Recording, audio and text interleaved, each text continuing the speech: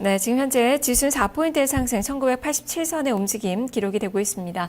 오늘 외국인 투자가들 유가증권 시장에서 매도로 출발된 모습이 14일 만에 나왔는데요. 지금 막 매수 전환이 나오고 있네요. 3억 원가량의 매수 우위로 현재 집계가 되고 있는 구간입니다. 자, 어떤 종목군들이 오늘 시장을 움직이고 있는지 그 종목별의 특징을 살펴보도록 하죠. 이관욱 전문가와 함께합니다. 안녕하세요. 네, 안녕하십니까? 네, 자, 오늘 증시 이제 4일 만에 반등이 나오긴 있기는 한데 네. 반등이 좀 미약합니다. 어떤 점들 봐야 될까요? 네, 그렇습니다. 어제 뉴욕 증시 같은 경우에는 굉장히 강하게 마무리가 됐거든요. 근데 우리나라 시장 같은 경우는 그러한 부분들이 이제 지난주에 선반영이 되었다라는 그 판단하에, 일단 오늘 그 갭상승이 약한 그런 모습입니다. 아직까지는 우리 시장 같은 경우는 조금 그 답보 상태라든지 그 다음에 가격 조정, 기간 조정을 거쳐야 되기 때문에, 지금 그런 흐름들을 갖다가 거치는 게 아니냐, 그렇게 판단해 볼 수가 있거든요. 그래서 지금 현재 시장에서는 내가 그 포트폴리오를 그 변화를 시켜줘야 되느냐, 아니면은, 지금 그 코스닥 쪽에서 옮기지 못하신 분들이 계실 거거든요. 그런 분들이 코스닥 쪽에 계속 자리를 잡고 앉아 있을 것이냐, 이런 부분들을 신중하게 고민을 해야 되는 그런 시기라고 봅니다. 네, 어떤 종목으로 그렇다면 갈아타야 될지 오늘 뭐 종목을 보면서 얘기를 해보도록 하죠. 예. 먼저 상승률 상위 종목 유가증권 시장 종목부터 보겠습니다. 1위는 웅진케미칼입니다. 지금 상한가 시세가 나오고 있습니다. 웅진에너지도 5.9%대 상승으로 오늘 태양광 관련된 종목군들이 선전을 하고 있습니다. STX 페노션 5%대 수익률 기록이 되면서 STX 그룹주들도 오늘 모두 플러스권의 움직임 기록이 되고 있고요. 금호석유, 영풍순으로 집계가 되고 있습니다. 자, 지금 웅진 그룹주들, 태양광 그룹주들 같이 좀 살펴봐야 될 것 같은데요. 네, 그렇습니다. 오늘 아침에 강하게 움직이는 그 종목 섹터들이 대부분 다 태양광 관련주거든요. 그 웅진 쪽뿐만이 아니라 웅진에너지 같은 경우에도 방금 그 강세를 5%대 강세를 보여주고 있고, 그 다음에 신성솔라 같은 경우에도 지금 그 아침에 상한가 시세 들어갔다가 네. 좀 무너지는 그런 모습이었거든요. 그 다음에 오성 LSD 같은 경우에도 상당히 그 9%대까지, 그러니까 장중에 10%대까지 올랐다가 지금 이제 조정을 받는 그런 모습이고요. 이런 부분들이 이제 결국에는 중국 이슈에 따른 그런 호재성 뉴스들이 강하게 모멘텀으로 작용하는 그런 부분이거든요. 그렇기 때문에 웅진 같은 경우는 특히 웅진에너지가 매각할 가능성이 크다라고 이야기가 나오면서 재무구조 개선이 되는 게 아니냐. 그런 모멘텀이 작용을 하는 거거든요. 아직까지는 확실한 돌발 변수는 없는 상태에서 단기적으로 대응은 충분히 가능하지 않느냐. 그러니까 만약에 오늘 같은 경우 없으신 분들이라면은 장중에 분봉 매매, 그러니까 단타 매매 정도, 상한가 시세를 기록하지 않는 이상은 단타 매매 정도로서 끝낼 수 있는 그런 흐름은 충분히 가능하지 않겠나, 네. 그렇게 봅니다. 닷새 연속 오르고 있어요. 차트를 본다면 그동안에 바닥권에서 움직이고 있어서 상승폭이 아주 커 보이지는 않는데 아직까지는 바닥권 네. 수준이라 보여지는데 매매를 하기에는 지금 닷새 연속 상당히 좀 부담스러운 그런 상황이 있잖아요. 웅진 에너지도 마찬가지고 오성 LST도 마찬가지고 예, 지금 호가도 좀 높게 나오고 있는데 이 정도 부분에서 잡는다면 그래도 좀 수익이 난다는 그런 판단이신 건가요? 그러니까 지금은 단타 관점 아니고는 조금 어렵죠. 단기적으로 들고 간다라는 거는 이격차가 워낙 크니까, 바닥권에서 올라온 이격차가 워낙 크니까, 지금은 단기 관점으로 들고 가기는 사실상 무리다라고 보여지고요.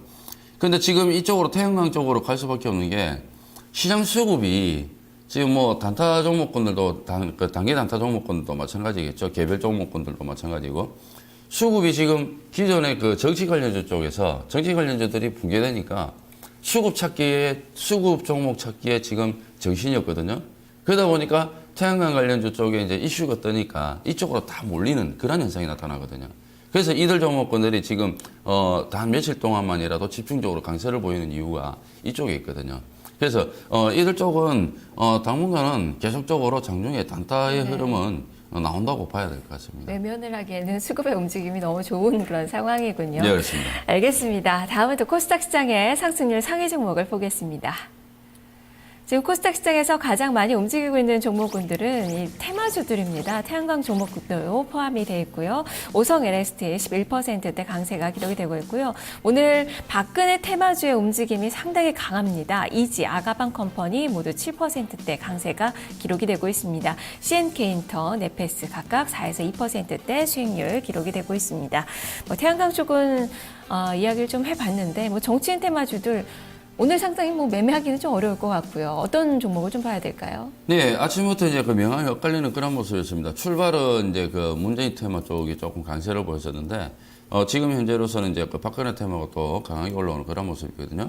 그러니까 이런 그 테마주들은 사실 그 어떤 주가의 흐름보다는 심리적인 영향이 더 크다고 보거든요. 심리적인, 득표수에 따라서 천차만별로 갑자기 박근혜 대표가 박근혜 후보가 갑자기 그 득표수가 많아졌다 이러면 그쪽으로 쏠리고 또 문재인 그 후보가 또 득표수가 많아졌다 이러면 그쪽으로 쏠리고 이런 현상이 나타나기 때문에 지금 정치 관련주들은 사실상 어떻게 보면 트레이딩의 그 영역보다는 심리적인 영향이 마인드 컨트롤의 영역이 더 강하지 않느냐 그렇게 판단되거든요.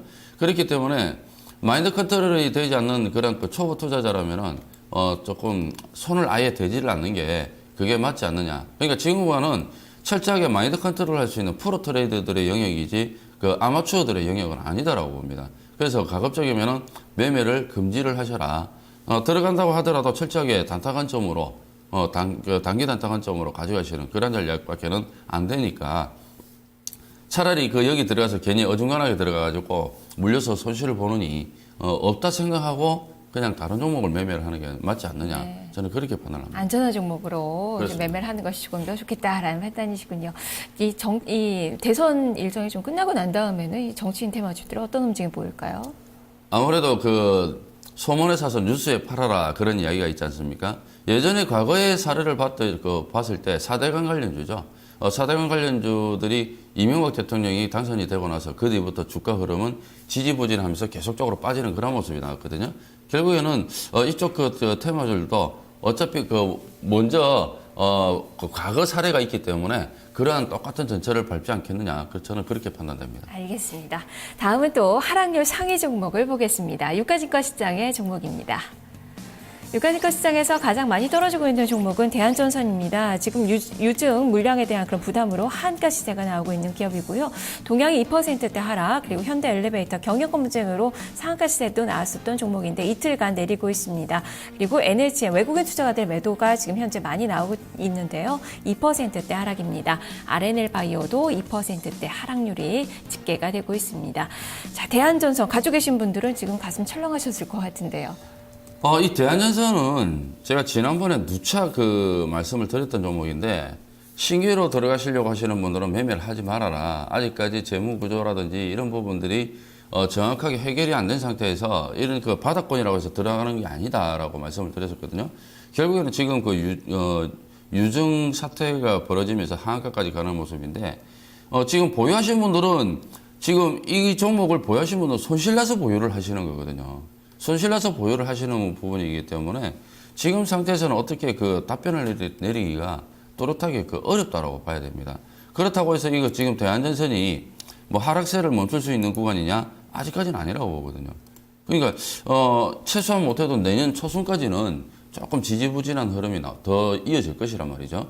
그렇기 때문에 지금 신규 접근을 하시려고 하시는 분들은 아예 대한전선 앞에서도 말씀을 드렸지만 테마주가 없다, 정치 테마주가 없다고 생각하고 시장에 접근을 하듯이 이 대한전선이라는 종목을 아예 머릿속에서 지우고 대응을 하셔야지 신규 접근 자체는 절대적으로 안 되는 종목입니다. 절대 불가한 종목이니까 신규 접근 안 되고 그 다음에 지금 매수를 하셔가지고 어쩔 수 없이 들고 계신 분 계시거든요. 손해를 너무 많이 봐가지고 그분들은 아무래도 내년 1, 2월 달까지는 조금 고생을 좀 하셔야 되지 않겠느냐. 저는 그렇게 판단을 해봅니다. 네, 알겠습니다. 다음은 또 코스닥 시장의 종목을 살펴보도록 하죠. 코스닥 시장의 하락률 상위 종목입니다. 코스닥 시장에서 가장 많이 떨어지고 있는 기업은 지금 컴투스 게임빌 이렇게 온라인 이 모바일 게임주들입니다. 지금 NC소프트나 웹젠 같은 이런 게임주들 유가증권 시장의 종목군들은 양호한 움직임이 나오고 있는데요. 다만 모바일 게임주들이 현재 2%대 하락이 기록이 되고 있습니다. 하나마이크론도 이틀 연속 하락하면서 2% 이상 밀리고 있고 메일유업 그리고 덕산 하이메탈 역시 2%대 하락 이틀 연속의 내림세 외국인 투자가들 매도 물량도 출회가 되고 있습니다. 자, 이렇게 5종목이 나왔는데요. 모바일 게임주들 한번 볼까요? 예, 모바일 게임주 중에 그 대장이 이제 게임빌이거든요.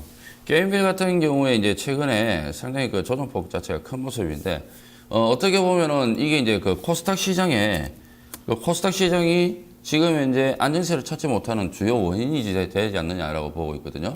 그러니까, 중형주들, 어떻게 보면 중형 섹터 쪽에 그 중국 소비재 관련주들이죠. 중국 소비재 관련주들 중에서 게임주와 화장품주가 대장이었는데, 지금 결국에는 게임주들이, 시세가 붕괴되면서, 결국에는 코스닥 시장까지 같이 붕괴되는 그런 흐름이 나타나고 있거든요. 그러니까 시가총액 상위 종목군들이 그 무너지니까 지금 종목군들이 전반적으로 안 좋으면서 시장까지 안 좋은 그런 흐름이 나타나고 있단 말이죠. 그렇기 때문에 지금 그 게임빌 같은 이런 종목군들은 지금 이게 하락세 마무리다라고 보기에는 조금 어려운 구간입니다.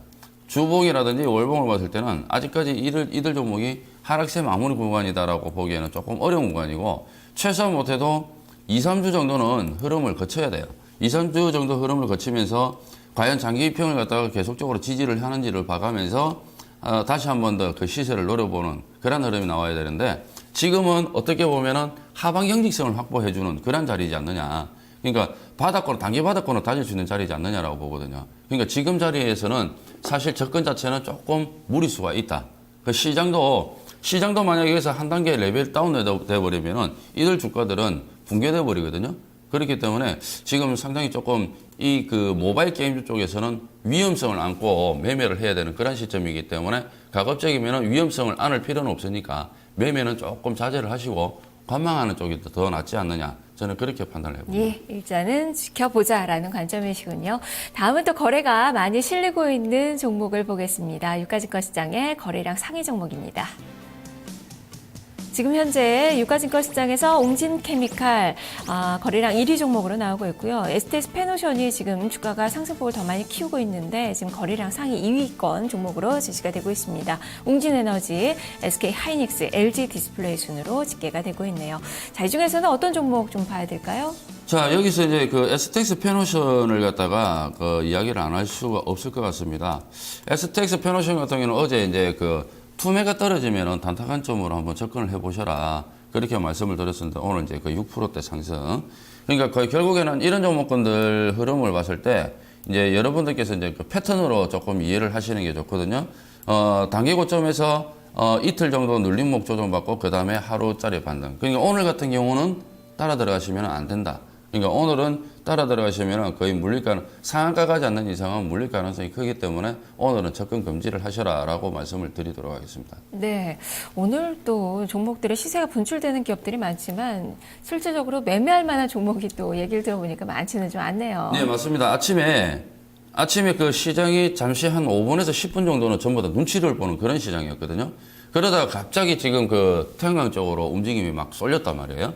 근데 태양광 쪽으로 움직임이 쏠리다 보니까 태양광이 어느 정도 대장이 상한가를 들어가고 나머지 종목군들이 상한가를 못 들어가면은 지지부진한 그런 흐름이 나타나거든요. 결국에는 거기에 이제 따라 들어가시는 분들은 만약에 그들 종목군들이 시세가 안 나오면은 물리게 된단 말이에요. 그러니까 지금 같은 경우는 어떻게 보면은 수급 자체가 한쪽으로 딱 쏠려 있는 상태이기 때문에 분산된 상태가 아니라 쏠려 있는 상태이기 때문에 그들 시세를 놓쳐버리게 되면은 사실 장중에 매매할 종목군들이 별로 안 나타납니다. 매매한다고 해봐야 겨우 한 2, 3%에서 3, 4%짜리 이 정도밖에 안 되거든요. 그렇기 때문에 조금 집중이 필요한 시점이라고 봅니다. 알겠습니다. 오늘 말씀 잘 들었습니다. 네, 감사합니다. 네, 이렇게 이건욱 전문가와 종목들의 특징을 살펴봤습니다. 자, 그러면 여기서의 전략은 어떻게 세워봐야 될지 지금부터 살펴보도록 하겠습니다.